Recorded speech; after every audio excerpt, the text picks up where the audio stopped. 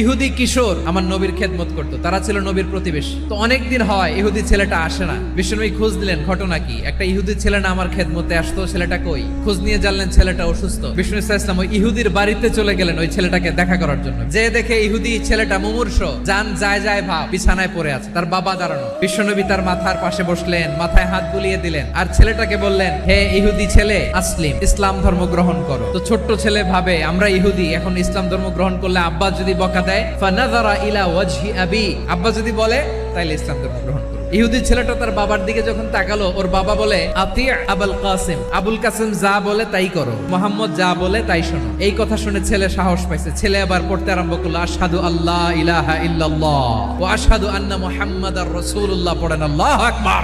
ওই আহ্বানে সাড়া দিয়ে ইহুদি ছেলে শাহাদা পড়ে মুসলমান হয়ে গেল। তার হৃদয়টারে ঈমানের নূর দিয়ে আলোকিত করে দিল কে?